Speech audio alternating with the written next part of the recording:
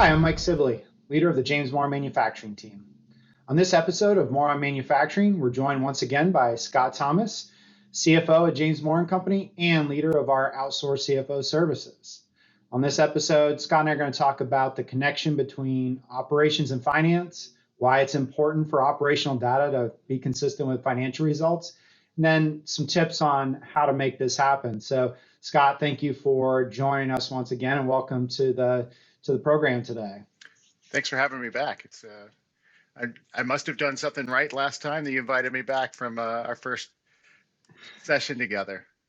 Well, of course. I mean, I think your insight is always valuable, and I think getting both of our perspectives on this is I think it's a really important topic. You and I have talked over the last few months of just situations we've seen and shared some examples of, you've got finance, which often seems like it's on an island of its own.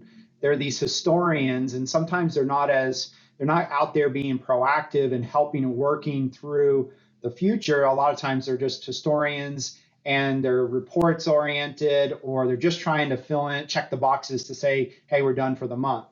But then you've got the operations departments and, out there in the various departments, they're functioning and they think they know what's going on, but none of that necessarily jives with what finance is saying. And so this is where we say, this is where we talk about the fact that operations has a story to tell. So, I think it's just a really important topic to get into. So, I'm going to kind of turn it over to you a little bit and just kind of talk about what are we really talking about when we mean connecting operations to finance?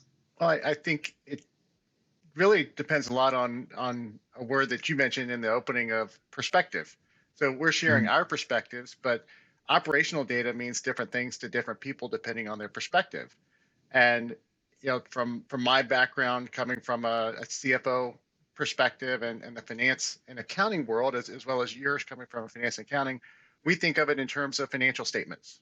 And if you take a step away from financial statements into a different part of the finance and accounting organization, you might be thinking about cash or cash flow or financing decisions. But if you move over to the quote unquote operational side, there's a lot of different perspectives within operations. It could be from the sales team perspective. It's about how many units are you actually able to get contracted for, regardless of whether those units are delivered.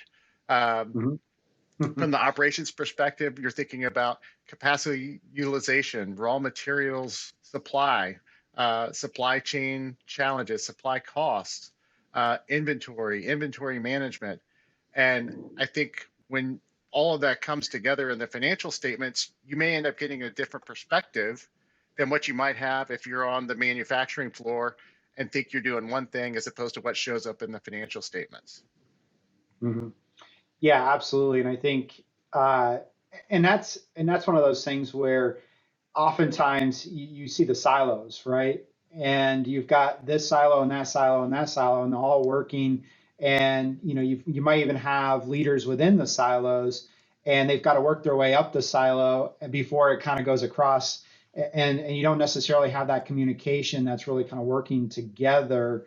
That's why one of the things that I tend to like is when you get these team financial reviews and things like that, so you can actually see what's going on. But kind of to your point, what I often see is things like, margins. You got your engineers who think margins are one thing, and then, your financial shows something different.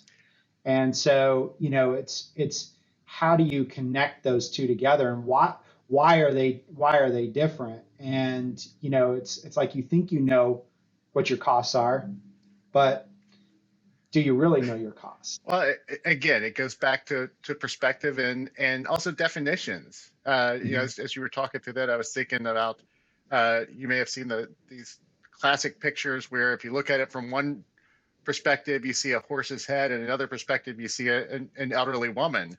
And right. It's really about kind of how you look at the problem or whatever's presented to you.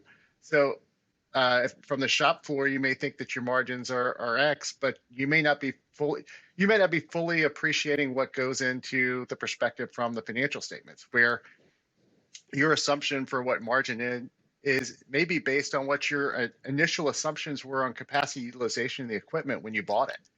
And Mm-hmm. again, back from operational perspective, your actual utilization may be higher or lower than what you're assuming when you're doing your back of the envelope perspective of what margin is. The other piece Mm-hmm. is you may not be fully appreciating what the depreciation cost is of the equipment. And Mm-hmm. if you have equipment that from an operational perspective, you're getting a lot more years out of it than you've depreciated, then you can have another sort of distinction between the financial data and the operational data. And I think it's important to have really open lines of communication between the operational folks and the financial folks so you can understand that you have different perspectives. Um, Mm-hmm. and it's not that either perspective is wrong. It's just understanding what the definitions are in the information you're dealing with. Mm-hmm. Well, and I think that's, yeah, it's definitely what is driving the data set that's making you make a conclusion one way or the other, right? So you've got data that's coming in. Is it the right data? Is it the wrong data? But you mentioned something that I think is actually pretty important though, is you talked about ROI. Well, you're alluding to ROI on, okay, we get a machine. We go out and we buy this machine. How do how do you look at ROI on that? What makes it worth it? Right. So yeah, I think when you're ideally when you're making the decision to purchase a machine, you're making some assumptions on how it will be utilized and how Mm-hmm. long it will be utilized and what the costs are to operate. And so you start thinking Mm-hmm. in terms of average cost of production, but you also Mm-hmm. need to think about marginal cost of production. And there's a number of variables that go into that, but I think as we've all seen, whenever you make assumptions prior to making a decision, inevitably those assumptions are wrong. Hopefully they're close enough and get you within the ballpark.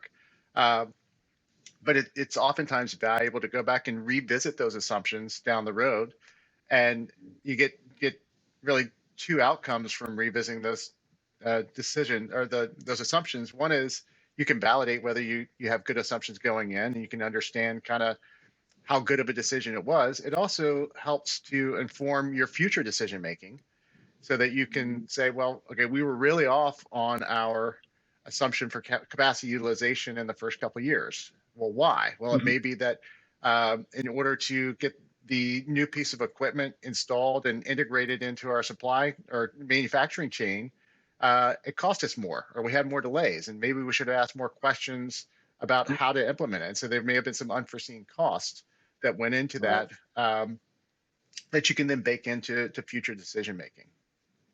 Sure. So, as I think about all this and we talk about, okay, so what? Why is all this important? Well, I think, and I'll let you expand on it, but at the end of the day, people are making decisions about how to operate the business. And you're making these decisions based on something that may or may not ultimately be accurate, right? So I'll let you take it from there, but that's kind of the end of the day why this is so important. Well, I agree, and I think in an ideal world, everybody within the organization is making decisions in the best interest of the company. And Right. part of what makes organizations successful are the different points of view and the different realms of expertise within the organization. And so you may have an engineer who is an expert on manufacturing setup and supply, uh, whereas you may have a financial expert that's an expert on the best way to finance that piece of equipment. Mm-hmm. And those two individuals may not speak the same language, but it's up to all of us to kind of get in the same room and share all those perspectives. The Mm-hmm. example I kind of keep going back to is what I kind of term it an age-old example of the salesperson versus the credit officer or the credit department. And the salesperson's perspective is, I want to do what the best thing is for the company, so I need to sell more. Mm-hmm. And the credit person may have the point of view of, I want to do the best thing for the company, so I don't want to have any write-offs for our accounts receivable. Mm-hmm. Both are correct. Well, not entirely correct. Both have the best of intentions to do what's best for the company. But at some point, there's a happy medium between the two of selling as much as you can within the context of acceptable credit losses. And it keeps going back to the underlying value of communication and what I'll call productive conflict, and Hmm. not focusing too much on a single data point and bringing in as many data points as possible in order to get the full picture to go back to best decision making. Yeah, that's absolutely true. I definitely agree with that. But one of the things I find as problematic, and I'm sure you've been in a room where you're talking about financial stuff to non-financial people, and the eyes kind of glaze over, and they're just shaking their head because they're going, I have no idea what you're really saying right now. And so, one of the things that I know I've worked on with clients, I'm sure you've worked on, is first we got to kind of bring up the financial literacy to a degree to make sure people understand when we're talking about these different financial components that we're all on the same page. And then we can go to their point of view and help them start making those connections with what they're doing. So I don't know how much you've experienced that sort of educational need, so to speak. Well, yes, and I think a good way to facilitate that is talking through specifics or talking through examples. So one example that you can think through is the perspective on inventory. Mm-hmm. And from the manufacturing line perspective, inventory is viewed as an asset. Mm-hmm. When from a financial perspective, inventory can end up being a liability. And there's a lot of times, even though from an accounting perspective it's an asset. So Right. I've already contradicted myself. So I'm in this example talking through the importance of having open lines of communication, explaining what you mean when you talk about things. So uh, just within the realm of accounting and finance, inventory, you can spend a lot of time kind of figuring things out and create a lot of distortions that the operational folks don't fully appreciate or understand. And things I'm talking about is just methodology for valuing inventory and Mm-hmm. methodology for the cost at which you utilize or sell your inventory. Can end up, you can have someone on the operational side saying, well, we liquidated all our inventory, so we should have made tons of money, uh, or we sold it all at a loss, because they don't necessarily appreciate that over time the accounting folks are revaluing that inventory at the lower of cost or net realizable value. That's a very Right. specific term within GAAP that needs to be explained to the operational folks, but Mm-hmm. you don't necessarily want the accounting requirements or financial reporting requirements to prevent you from making good operational decisions, which again Right. is the importance of having good communication and education.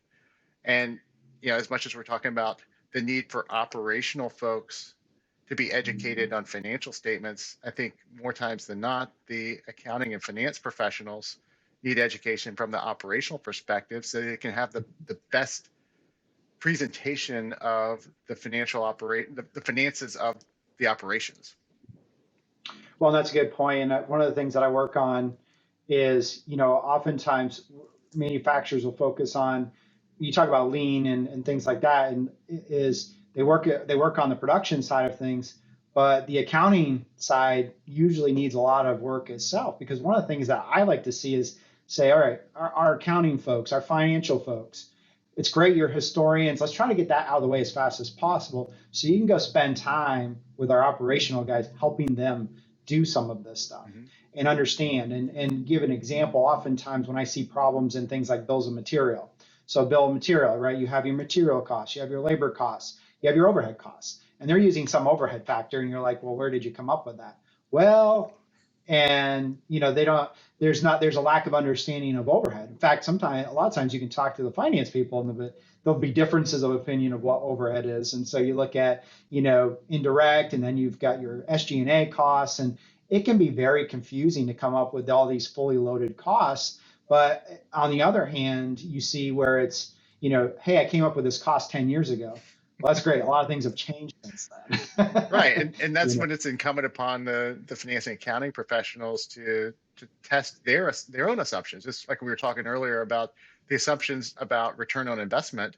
I think it's important to have a regular and routine revisiting of assumptions, particularly as it relates to overhead allocation, because if you're using a stale number without going back and validating it, I remember in a previous company I worked for, we had a rule of thumb that every dollar of salary or hourly wages, we added 50% to it because that was the overhead allocation. And it turns out that as our operations changed and we had more and more highly paid individuals, that number actually from the 2005 to 2015 timeframe went from, it was probably at the time 55%, went down to 42%. And did it really change a lot of decision making? Was it good enough from a rule of thumb based on how we were costing an individual seat or a new employee? Not really, but without having taken a look at it, we couldn't really validate that the 50% number was a good number. Well, but and now you look at it, and it's more important than ever to reevaluate those things because, and all of your assumptions that go into, because we've got rising prices and we've got across the board, your overhead, various overhead items are going up, labor rates are going up, benefits are being looked at, all sorts of things are changing fast right now because what manufacturers are dealing with is labor shortages, supply chain issues, costing issues that are going up. They're constantly getting their vendors coming at them, so they're trying to make sure that when you're looking at doing price increases, you're making it based on good solid information as opposed to outdated assumptions. Because then what ends up happening, I'm working with some right now where it's saying, okay, what does it actually cost us to do this so we can make sure our pricing is going to produce the margins that we should be producing or we feel we should be producing, because at the end of the day, owners want to make a net profit that makes sense, right? And not do all of this to get to lose money or be break even, and so that's where probably now more than ever, given the pace of change, it needs to be looked at. Well, I think it's also important to think about something you just mentioned, which is profit. But profit can be expensive. And what I mean by that is you can have tons and tons of paper profit, but no cash. And we talked a little bit about that back in December when we were talking about the importance of forecasting and thinking about things in terms of long-term forecasting, which is more of I call it kind of gap forecasting, and then an annual budget, and then cash flow. And again, back to that communication between operations and finance, I think everybody needs to at least have the same understanding or common language about what things mean. And if you buy a piece of equipment for $10,000, yes, that might be $10,000 in cash, or we may make a financing decision that we're going to get a loan for that. So then now we have debt service that goes into the P&L. And then you also have, if it has a 10-year life, I'm charging $1,000 a year of depreciation against that.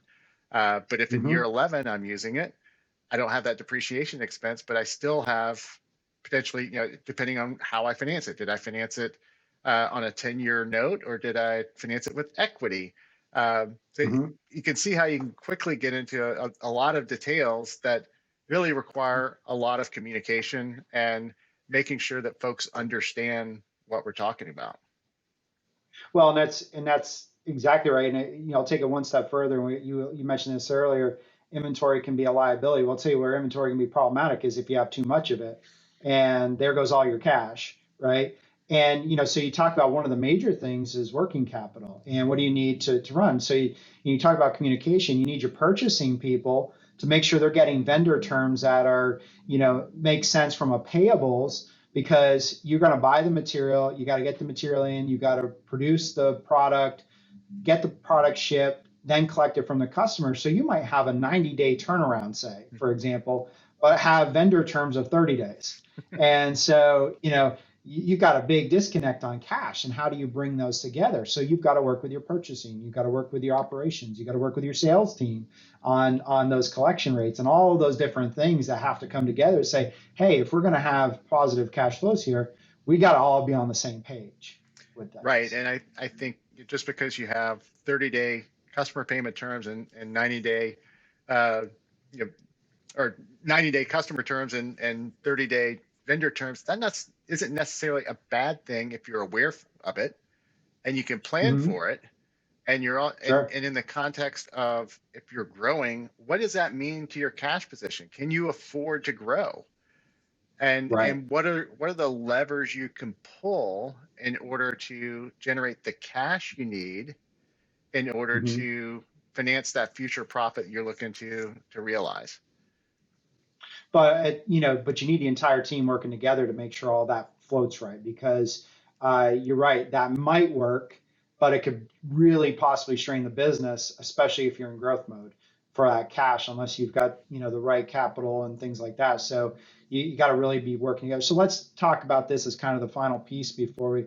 So assuming we've got a situation where our operational data isn't necessarily matching up with our finance data, what do you do to bring that together? How do you start working through that to start getting these connections working?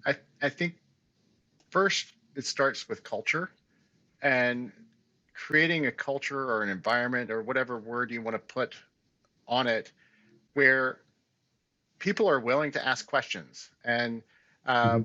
you can have a situation where somebody from the operational side comes and says, well, clearly the financial statements are wrong because I know we made Mm-hmm. money. And I've heard that Right. before. And then Mm-hmm. you need to have folks on the finance side that are willing and open and receptive to challenges and questions, because Mm-hmm. there's a number of potential explanations for why the operational individual thinks there might be something wrong. Yeah, Mm-hmm. sometimes the simplest answer is or the most obvious answer is actually the answer to the problem. It could be the financial statements are wrong. Despite Mm-hmm. despite how talented we all are in the finance and accounting world, we sometimes occasionally make mistakes. Um, What? What? and I don't know what you're and talking so about. yeah, that as much as anything is the a critical reason why you want to have this open and trusting environment where people are willing to communicate. But it could Mm-hmm. be back to some of the things we were alluding to earlier. It could be accounting methodology or presentation of the financial statements where the operational individuals may not fully appreciate the difference between cash accounting and accrual accounting. And Mm-hmm. there could be differences on, as we talked about with inventory, where, in an inflationary environment, having inventory can be very, very valuable. Um, but in a deflationary environment, it can be very expensive to have that. And having the perspectives on that, I think, is going to be important, and having that culture where you do have a regular dialogue. And uh, there's always a challenge, particularly in privately held companies, about confidentiality and Mm-hmm. open and transparent communications within the organization, and being able Right. to strike a balance between those two so that you're not divulging too much confidential information at risk of your competitors understanding what you're doing, um, but sharing enough that you have an environment of transparency that gives people the information they need in order to ask the questions to challenge and get to ultimately to the best answer for the organization. Well, no, yeah, I agree 100%, because that builds into kind of how I would take that one step further. And I actually I'm working with a client now where, both the accounting was incorrect and the operational data was incorrect. And so nothing really matched up. So we just got all of us together, said, okay, let's work through this. We got to get our inventory costs updated in your bills of material. We got to get labor. We got to understand what it takes to produce a ball, all that stuff. And then on the finance side of things, we had to pull together, what is our overhead pool? What is our labor costs? What is it? How is this coming together so we could consistently get our margins working together in the same place? and then get to a point where we can track this going forward. And that's where I see a lot is saying, okay, let's work together. Let's look at the data you're using. Let's look at what we're doing, and let's make sure we're consistent with the methodology of the gathering.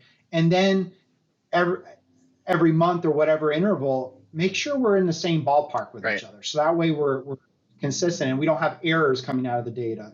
We don't have some outdated data that's being used or something missed on the finance side that's creating these differences. And that's how I ultimately kind of see it starting to get joined together, if that makes sense. Yes. And I think back to the culture piece, in a prior place that I worked, our VP of technology was a huge proponent of something that he termed failure celebrations.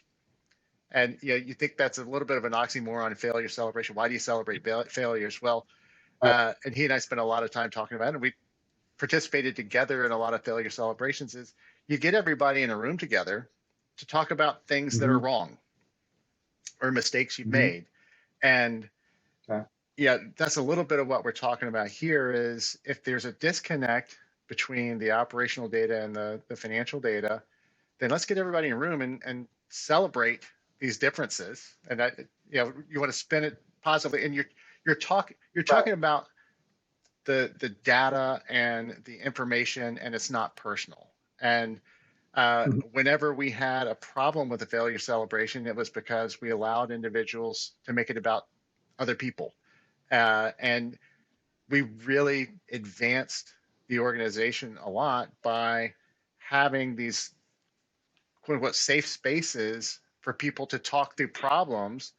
And the process was, and this is a little bit on the Lean Six Sigma, is asking why over and over and over again. And Curtis used to talk about ask why 6 times. And by the 6th time, you've gotten down to that root cause of the problem. And rarely is it a single root cause of a problem. And you're identifying multiple areas for improvement in the organization, whether it be on the finance side or the operational side. Right. Now, and I agree. And we use that in working with clients on the lean side of things. You ask why, we kind of jokingly call it the toddler method. Just keep asking why. Oftentimes the answer was, because that's the way we've always done it, or, something like that, which once you do it, once you get that off and you get it out of somebody's personal, they're not defensive about it. And then, you're able to work on it. So I think that's a great point, and having that culture, that openness. So, I definitely think it's a great point. If you can't do that, you're gonna have a hard time getting through that. So, so Scott, I appreciate you being on today and coming back. I'm sure we're gonna have many more sessions like this, because I think these kind of sessions are just really important to get businesses and business owners and the leaders within the business on the same page and working together to solve some of these business problems. So I really appreciate you being here. Thanks for having me. All right. Thanks, everybody, and look forward to future podcasts. So have a great day. To learn more about James Moore & Company's manufacturing services, go to jmco.com. And don't forget to subscribe to our More on Manufacturing series to receive updates when new videos and podcasts are released. If you'd like to be a guest, or if there's a topic you'd like to see covered on a future episode, contact us on our website. You can also follow us on social media for more news as the landscape on manufacturing continues to rapidly evolve.